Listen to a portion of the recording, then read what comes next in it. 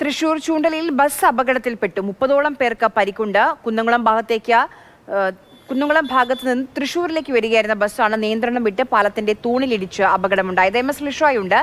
ലിഷോയ്, എങ്ങനെയാണ് ഈ അപകടമുണ്ടായത്? ഈ പരിക്ക് പറ്റിയ ആളുകളൊക്കെ എവിടെയാണുള്ളത്? ചികിത്സയിൽ സാരമുള്ള പരിക്കുകളാണോ?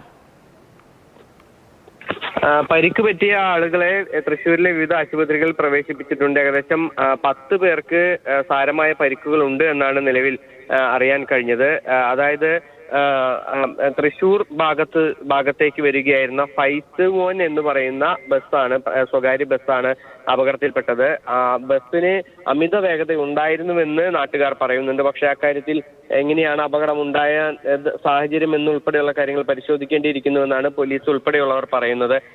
കൂടാതെ ഈ ഭാഗത്തുകൂടി രാവിലെ ഏറ്റവും അധികം വാഹനങ്ങൾ, പ്രൈവറ്റ് ബസ്സും ഉൾപ്പെടെ ഏറ്റവും അധികം വാഹനങ്ങൾ തൃശ്ശൂർ നഗരത്തിലേക്ക് എത്തുന്ന ഒരു റൂട്ട് കൂടിയാണ്. ആ ഭാഗത്ത് ചൂണ്ടലിലേക്ക് വരുമ്പോൾ അവിടെ ഒരു പാലത്തിന്റെ കൈവരിയിലേക്ക് ബസ് നിയന്ത്രണം വിട്ട് ആദ്യം ഇടിച്ചു കയറിയ ശേഷം പിന്നീട് വീണ്ടും ഏകദേശം ആ പാലത്തിന്റെ പകുതിയോളം ഭാഗം അത് ഇടിച്ചുകൊണ്ട് തന്നെ മുന്നോട്ട് ബസ് പോവുകയാണ്. ബസ്സിന്റെ മുൻഭാഗം പൂർണ്ണമായും തകർന്നു. ഫയർഫോഴ്സ് ഉൾപ്പെടെയുള്ളവർ എത്തിയാണ് ഉള്ളിൽ നിന്ന് ആളുകളെ പുറത്തേക്ക് പൂർണ്ണമായും എടുത്ത് ആശുപത്രിയിലേക്ക് കൊണ്ടുപോയത്. ഈ അപകടം നടന്ന ഉടനെ തന്നെ രക്ഷാപ്രവർത്തനം നാട്ടുകാരുടെ ഭാഗത്തു നിന്നും ആരംഭിക്കുകയും ചെയ്തിരുന്നു. 30ഓളം പേർക്ക് നിലവിൽ പരിക്കുണ്ട്. അതിൽ 10 പേർക്ക് നല്ല പരിക്കുകൾ ഉണ്ട് എന്നാണ് അറിയാൻ കഴിഞ്ഞത്.